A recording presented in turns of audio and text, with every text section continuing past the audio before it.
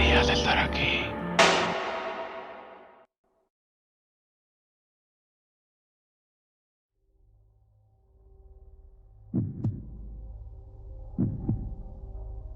Al principio, la idea era ridícula. Mientras la COVID-19 arrasaba el mundo, todos llevaban una mascarilla de tela o una mascarilla médica azul similar. Rápidamente acepté el hecho de que no vería una sonrisa a un desconocido durante bastante tiempo. A los 4 meses de la pandemia, me di cuenta. Estaba en una tienda de comestibles y todo el mundo llevaba mascarillas.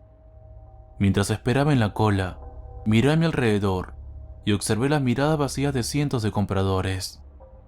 Todos tenían la boca y la nariz tapadas, y no se podía saber qué decían sus rostros. La persona más bella del mundo podría estar a mi lado, y yo nunca lo sabría. Fue entonces cuando la vi. Una mujer mayor, que parecía tener unos 50 años, empujaba un carrito y miraba hacia el pasillo de las gaseosas. Llevaba un vestido floreado blanco y negro, y lentes gruesos. Nos miramos brevemente, y su mascarilla se movió como si se alejara ligeramente de su cara. Al principio, pensé que simplemente había introducido la lengua en la tela para reajustarla, pero esa burbujeaba y se movía de forma antinatural mientras ella caminaba hacia mí. Nadie más la miraba, y no muchos habrían notado el ligero movimiento aunque lo vieran. Me acerqué a ella para verla mejor, y fingí que miraba unas papas fritas en una tapa del pasillo.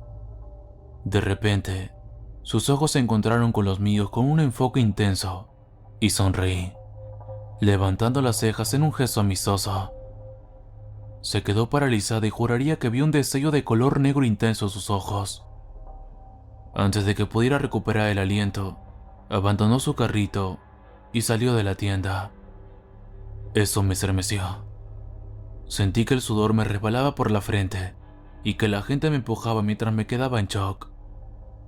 Salí de la tienda y busqué a la mujer en el aparcamiento, pero no vi nada. Ya no estaba. Me quedé con un repentino malestar mientras gente con mascarilla entraba y salía de la tienda. Mi malestar no se calmó hasta que tuve la puerta de mi apartamento cerrada atrás de mí. Tenía que pensar.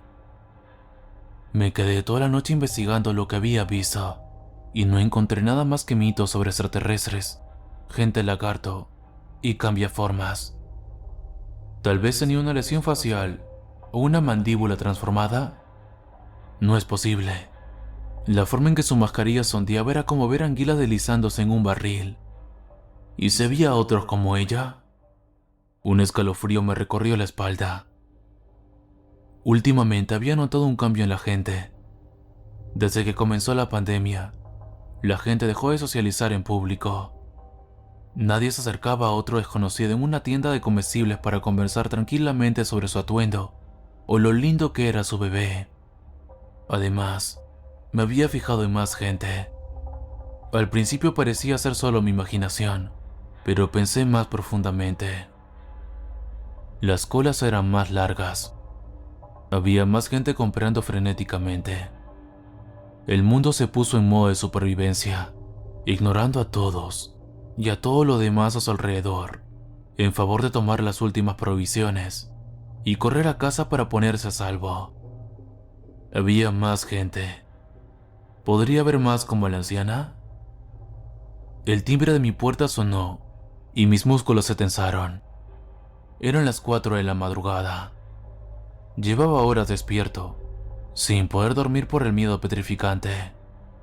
Volvió a sonar y agarré mi pistola.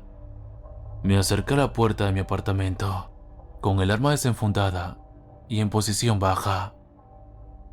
¿Quién es ahí? Hubo silencio. Entonces una pequeña nota se deslizó por debajo de mi puerta y comenzó un siseo que me hizo retroceder. Escuché cómo el ruido desaparecía por el pasillo a una velocidad alarmante. La nota era clara y la escritura era raramente pulcra. Cada primera letra de cada línea estaba escrita con una caligrafía llamativa. Tomé una escoba y la arrastré hacia mí, con la mano una agarrando mi pistola y temblando. Mis ojos recorrieron el inmaculado papel. Debemos. Hay ojos en la oscuridad. Olvídate de nosotros. Oh, evoluciona. Abrázanos. Deidades de la tierra. La nota enigmática resonó en mis oídos. ¿Evolucionar? ¿Deidades? ¿Qué demonios eran esas cosas? Recorrí los extraños símbolos grabados en la hoja. Mi mente giraba ante la inquietante caligrafía decadente. Cada línea era una forma de arte, y entonces me di cuenta. El olor. La hoja tenía un fuerte olor a tierra, como a barro en el calor del verano. Había algo más. Un miserable olor a carne podrida y azufre impregnaba el aire. Tuve una arcada y dejé caer la nota. Mi corazón latía con fuerza. Estaban por todas partes, observándonos. A las 7 de la mañana salí de mi apartamento. Corriendo por los pasillos, supe que tenía que hablar con la policía. Alguien debe saber de esto, y si me estoy volviendo loco, necesito buscar ayuda. Subí a mi carro y salí a toda velocidad del aparcamiento. Rostros enmascarados caminaban por las aceras. Examiné sus ojos y el movimiento de las mascarillas. Mi pie pisó más fuerte el acelerador cuando sus ojos se encontraron con los míos, brillando de negro. Pequeños zarcillos asomaban por debajo de sus mascarillas y caminaban sin rumbo como zombies. Cuando llegué a la comisaría, apenas podía respirar. Aparqué el carro de golpe y entré a toda prisa, tratando de no hacer contacto visual con los monstruos que me rodeaban. Señor, ¿puedo ayudarle? Un agente de policía se puso delante de mí y mis rodillas se doblaron de alivio. Esa gente de ahí afuera me persiguen y son monstruos. ¿Lo ves? Ahora me miran desde aquí. Por favor, ayúdame. Levanté la vista.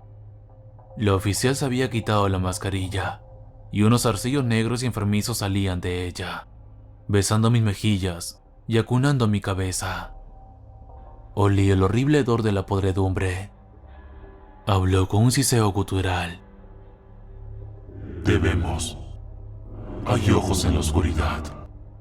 Olvídate de nosotros. Oh, evoluciona. Abrázanos. Deidades de la tierra. Nosotros alimentamos.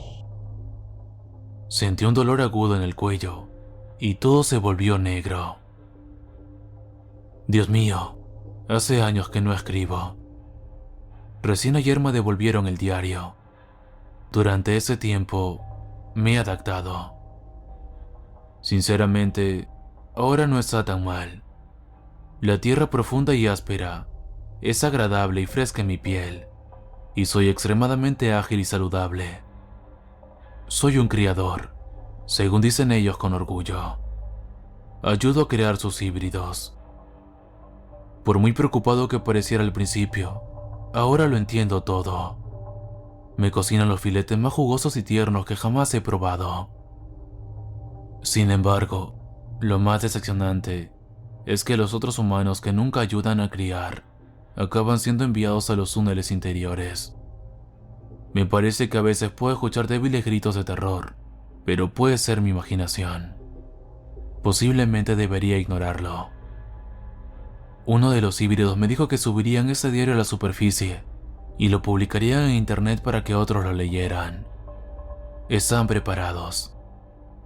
Quieren que el mundo sepa que finalmente se han levantado de la tierra y que se parecen a ti y a mí. Las mascarillas ayudaron a que la gente no tuviera miedo, pero pronto se las quitarán y serán aceptados. Todos nos abrazaremos y evolucionaremos. Espero que todos se unan a mí aquí abajo pronto. Nosotros alimentamos.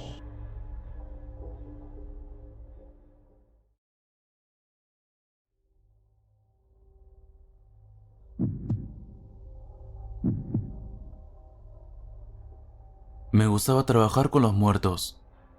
Hasta anoche.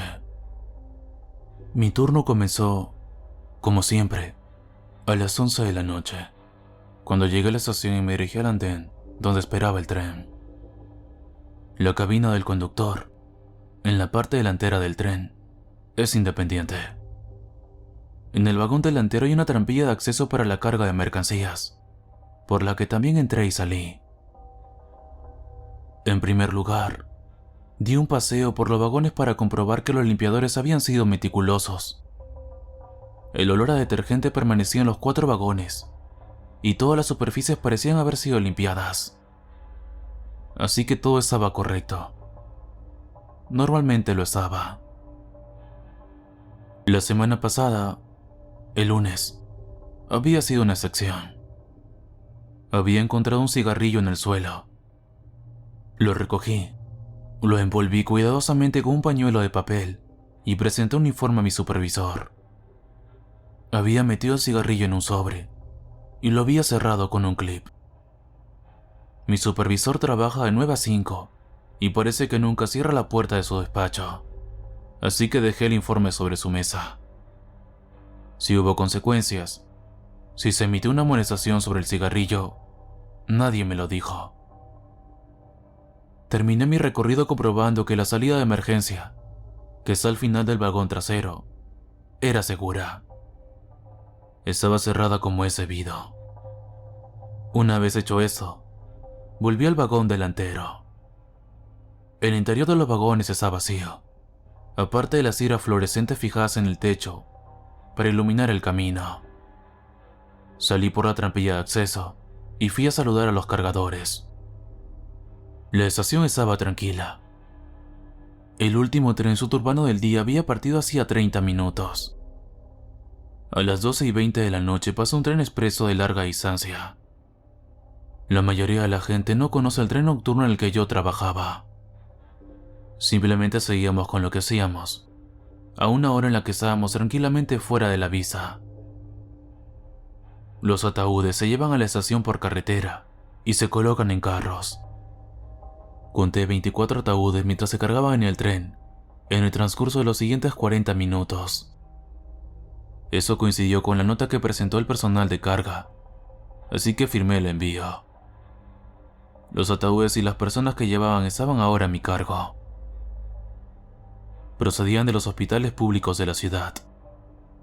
Eran individuos que habían salido de la red. Indigentes, drogadictos, víctimas del crimen, algunos que se habían quitado la vida. Todos reducidos a Juan o Juana Pérez, sin familia o amigos preparados o capaces de darles un entierro decente, por lo que las autoridades municipales intervinieron.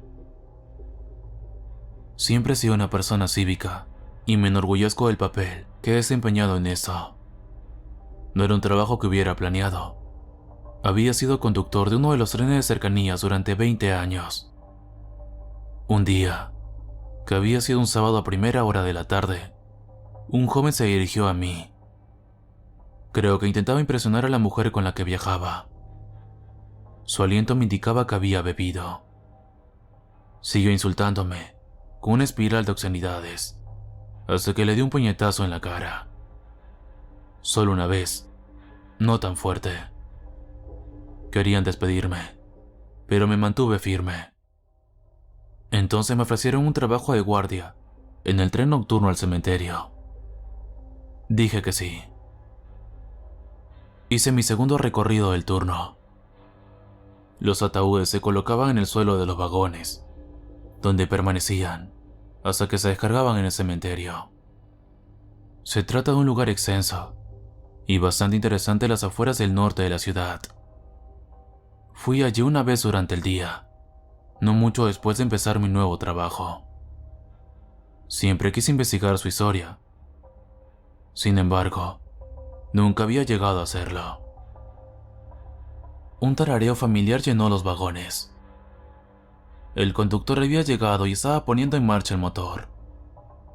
Volví a pasar el vagón delantero y me senté en un asiento plegable. El viaje duraría unos 90 minutos. Aparte del ruido de la rueda del vagón sobre las vías, el viaje es tranquilo. lo suficiente como para oír lo que parece un suspiro procedente del interior de los ataúdes. La primera vez que lo oí, en mi primer turno, me asusté mucho. Luego deduje que se trataba simplemente de los gases que pulsaban los cuerpos. Todo formaba parte del proceso natural, y no había por qué preocuparse. A los 30 minutos de la jornada hice otro recorrido, solo para comprobar que todo estaba bien. Lo estaba, hasta que vi que una de las zapas del ataúd del vagón trasero estaba ligeramente abierta. Las zapas no tienen bisagras, sino que están pegadas. Es una cuestión de economía que los ataúdes sean de mala calidad, hechos de láminas delgadas de madera, y en esa ocasión, el traqueteo del tren debió hacer que la tapa se saliera. La cerré y seguí mi camino. Cuando faltaban 15 minutos para llegar al cementerio, decidí asegurarme de que la tapa no se había vuelto a abrir. Caminé a través de los vagones hasta que llegué al último, y me detuve repentinamente. Un frío miedo me recorrió. La tapa del ataúd estaba torcida en el suelo. El cuerpo dentro del ataúd estaba sentado. Tenía los ojos cerrados. Tenía los labios fruncidos. Su piel moteada era gris y cerosa, bajo la luz fluorescente. Llevaba una bata verde de hospital. Había sido un hombre. Pude distinguir un tatuaje en el cuello del cuerpo. 4 letras entintadas. Jane. Me pregunté si sería su mujer o su amante, y el miedo se convirtió en tristeza al pensar en una vida perdida. No tengo formación médica, pero consideré que podría tratarse, una vez más, de algo relacionado con los gases que se producen post-mortem. ¿O es que los músculos se contraen? Sí, eso tenía sentido. Fue horrible y me rompió el corazón, pero eso fue todo. Me armé de valor. No podía dejar el cuerpo así. ¿Qué pensaría de mí el equipo que descargaba los ataúdes en el cementerio si lo vieran? A veces sentía que mi orgullo era lo único que me quedaba en la vida, y fue el orgullo lo que me hizo acercarme al cadáver. Puse las manos sobre la bata verde del hospital y presioné. Hubo resistencia, como si el cuerpo se hubiera fijado sólidamente. Presioné con más fuerza y pude bajar lentamente el cuerpo hasta dejarlo en posición tumbada. Luego recogí la tapa y la volví a poner encima del ataúd. Estaba pensando en cómo asegurarlo correctamente cuando el tren se detuvo. Mi mente estaba tan aturdida que demoré un momento en darme cuenta de que eso se debía a que habíamos llegado al cementerio. Tratando de serenarme, volví al vagón delantero. Tenía que abrir el vagón para los descargadores. Tras abrir la escotilla del acceso, salí del tren. Quería respirar el aire fresco de la noche. Detrás de mí, oí el ajetreo de la tripulación.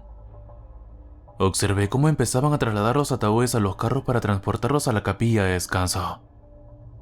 Serían enterrados, como siempre, en tumbas marcadas con simples cruces de madera al amanecer. Todavía estaba aturdido y no escuché por primera vez lo que me había dicho uno de los encargados de la descarga. Le pedí perdón y le dije que lo repitiera. Lo escuché. Error. Hubo un error. Me explicaron que cuando llegaron al vagón trasero y levantaron uno de los ataúdes, se dieron cuenta, por su peso, que estaba vacío. Abrieron la tapa para comprobarlo y, efectivamente, no había nadie. No puede ser, pensé, e intenté desesperadamente averiguar qué podía haber pasado. Pero la tripulación quería que firmara la nota, que ahora tenía escrito a mano, que uno de los ataúdes no había sido descargado porque no había ningún cuerpo dentro. La tripulación quería seguir llevando los ataúdes que tenía en la capilla de descanso, y el conductor se asomaba a la ventanilla y me hacía señas para que me pusiera en marcha. Volví a subir al vagón delantero, cerré la escotilla de acceso y ocupé mi lugar en el asiento plegable. Me sentí entumecido, con náuseas. El tren se puso en marcha. Estaba solo en los vagones. Solo yo y el ataúd vacío del vagón trasero. Intenté decirme a mí mismo que había una razón racional para ello. No había nada más, nada extraño allí atrás, o el personal de descarga lo habría visto. Sabía que debía recorrer los vagones para buscar por mí mismo. Tal vez revisar la salida de emergencia, comprobar que seguía cerrada, pero no pude. Me senté, paralizado por el miedo. Mi mente iba a toda velocidad. Las ruedas del vagón traqueteaban, y había un nuevo sonido, de algo que raspaba el suelo, como pies siendo arrastrados. Era cada vez más fuerte, viniendo hacia mí. Cerré los ojos, recé y esperé. El resto del viaje transcurrió así. Cuando el tren se detuvo, abrí los ojos. Sentía las piernas tan débiles que apenas podía mantenerme en pie, pero conseguí bajar del tren. Me quedé en el andén. Faltaban horas para el amanecer y la estación estaba desierta. Me quedé allí y lloré. No presenté ningún informe. En su lugar, dejé una carta de renuncia escrita a mano en el escritorio de mi supervisor. No di ninguna razón por la que había dimitido. Hay cosas que no se pueden explicar.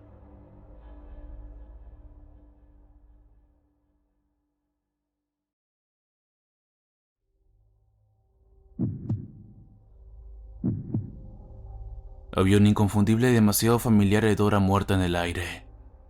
La ceniza gris y rancia que normalmente surgía de la fosa y desconcertaba al pueblo, se convirtió en columnas de humo negro.